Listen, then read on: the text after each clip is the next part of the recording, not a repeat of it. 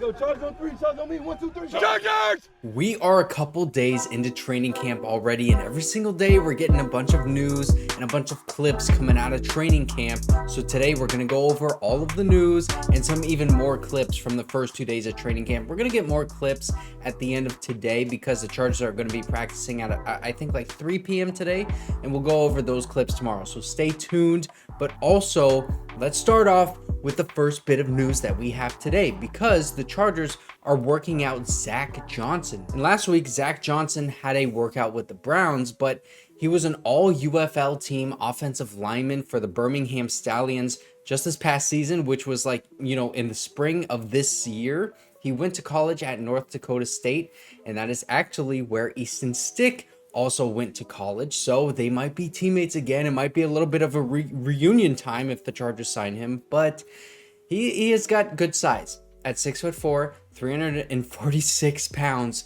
but he doesn't have really good athleticism. It's actually below average, and even though he was an all-pro in the UFL, if I just pull up his PFF grades right here, because yes, PFF does grade the UFL, his grades, they're not really great. And it seems as though he's a better pass blocker than a run blocker. I haven't watched tape on him, but his grades were all over the place because at his lowest, he was an 11.6 in pass blocking, and then he went up to as high as 83.4, so he's kind of a streaky player, it seems. But in the UFL, he played right guard and center, so this is just like interior depth if they do opt to sign him. He's 27 years old right now. He's bounced around the NFL ever since he came into the league in 2020. He was an undrafted free agent. We'll see if they go for him, but this is at least a sign that they're still interested in adding interior offensive line depth. Now, this one was a couple days ago, but Michael Gallup signed to the Raiders this offseason, and just recently, he retired before ever playing a single snap for him. And I thought that this was funny because people were making jokes about how he saw who the Raiders have at quarterback. It's Gardner Minshew and Aiden O'Connell, and they both look like they're kind of psychopaths and they're not really good quarterbacks at all. And he was like, I'm out, man. But, to make up for that loss at wide receiver, the Raiders, they went out and they signed a new wide receiver, and his name is Keelan Doss. If that at all sounds familiar to you, that's because he was a former Chargers wide receiver, and the Raiders have taken yet another former Charger to add to their team. And it doesn't stop at players either. Like, they even hired Tom Telesco as their general manager. Obviously, everybody knows that, but I don't know what it is about the Raiders taking all of our old guys, but it's a legitimate thing, and I honestly think it's pretty funny. Now let's talk about Justin Herbert, because he has been on fire to start training camp, and yesterday he finished team drills 8 for 9 on his throws, had a couple big chunk plays to go along with that as well, and the first one was on play action to Hayden Hurst, the tight end. We talked yesterday about how Jim Harbaugh is like extremely particular about how the quarterback hands the ball off to the running back and how the running back takes in the ball. Pause, and I always say weird things like that, but the point is Jim Harbaugh is very particular, and this offensive staff is very particular in how they want the quarterback and the running back to do that handoff, because it needs to be an operation that looks the exact same whether you are actually handing the ball off or you're tucking it back and you're going on play action. And Justin Herbert, it seems like he's got that rhythm and the technique of it down already, because play action pass to Hayden Hurst on a big chunk play, it's already coming to fruition in practice. He also had a big play to undrafted free agent tight end Luke Benson, not Zach Hines. Zach Hines has been getting a lot of hype, but along the sideline, it was a catch about 25 yards, so that's exciting to see for Luke Benson. And that's the first real report, if I'm not mistaken, that we have gotten of how Luke Benson is playing in practices. And he's an athletic tight end. He's got some nice traits. So once the pads get on, watch for him, as well as Zach Hines. I'm still very high on him in that tight end room. But both of these guys, they do have a legitimate shot on this team. Also, it is worth noting that 2 out of those 3 chunk plays where Justin Herbert had throwing the ball, they were to tight ends. And that's something that Greg Roman is going to bring to this offense. tight end production, and multiple different guys at that tight end spot are going to have opportunities. And speaking of tight ends, Greg Roman has been continuing to put Jordan McFadden at tight end and at fullback during practices. And when the Chargers are in a jumbo set in like short yardage situations, like at the goal line, things like that, we should expect to see an extra offensive lineman out there at times, because that is something that both Jim Harbaugh and Greg Roman have done consistently throughout their entire career. And it's starting to look like Jordan McFadden is going to be that extra offensive lineman once they get into that jumbo set. And I love when teams utilize the offensive linemen as extra blockers, or even like as pass catchers, rather than having a tight end out there to like block an edge player. I think it brings more value to the offense when you have an offensive lineman that can be that extra guy at tight end, rather than having a tight end that can also block really well. I mean, think about it. I think there's more of a chance that a guy like Jordan McFadden, like say you want to throw the ball and he's at jumbo set at that tight end spot, I think there's more of a chance he catches a ball that is well thrown by a quarterback like Justin Herbert than the chances of a guy at tight end trying to block a defensive lineman. Like say throw Donald Parham out there. Even a really good blocking tight end like Will Dissly, he's going to be at a disadvantage when blocking an edge player like, say, Max Crosby. Now let's break down some of these clips that we got from training camp. Now, the first 4 plays comes from Ryan, Little Dookie Stain on Twitter. Shout out to you. This was on day 1 of training camp. So let's go through and look at this clip. First, we're going to watch it in full speed, and then we're going to break it down for you. Justin Herbert looking for a receiver, throws it to the running back. Running back gets just absolutely swarmed by the linebacker. But now we can break this down because there are a couple takeaways from this. Even though it was just a running back dump off, look at this right side. This is Khalil Mack, tight end right here. And then we got Joe Alt. I just want you to see how Joe Alt uses his strength to displace Khalil Mack. Watch right here. You're going to see that engagement. Boom. Initial contact just shoves him off balance. I know the pads are off, okay?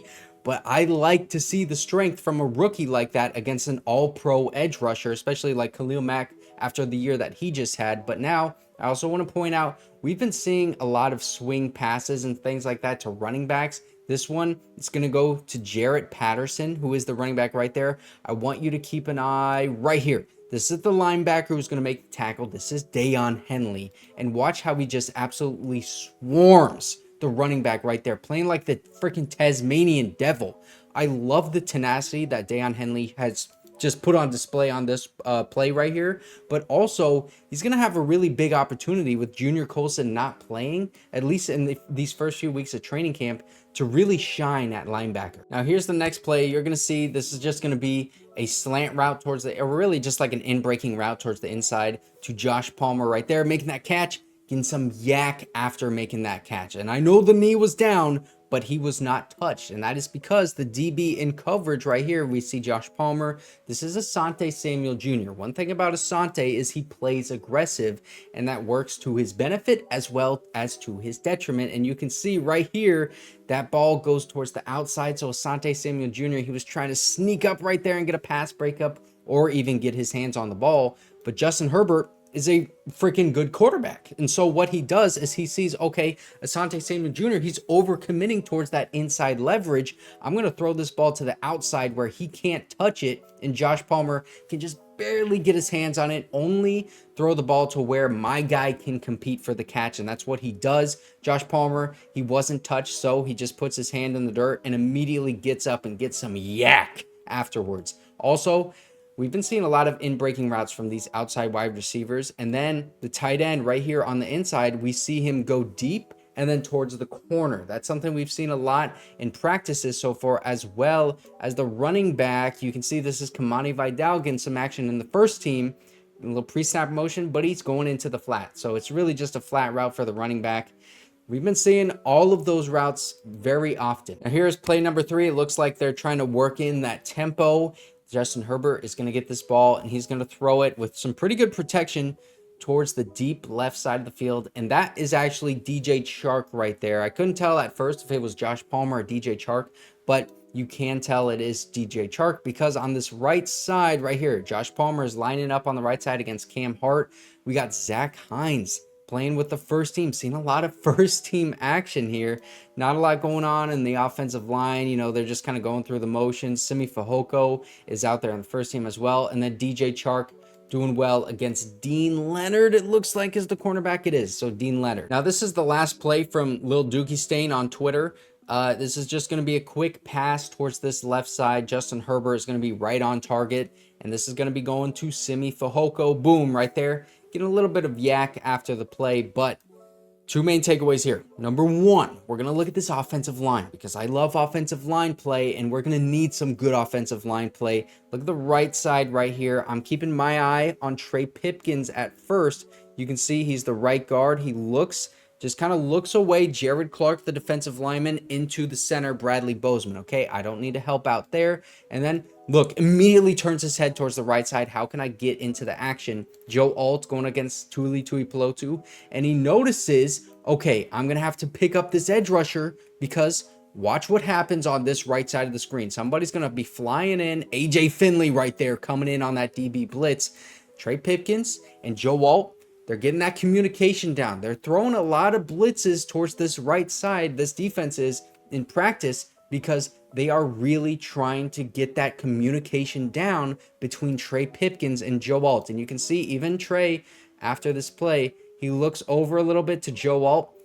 They're communicating, man. They're trying to get that down. Now, this is the last play that we got for today from Chargers Country. This was on day 2 of training camp. It's going to take a little while for this one to go, but this is going to be a pass to Cornelius Johnson on the bottom of the screen, working up against Asante Samuel Jr. So keep your eyes on the bottom of the screen right there. Those two guys getting into action, and that is an incomplete pass, but there's that yellow. Can't get out of the way. There it is. There's the yellow. So this was pass interference.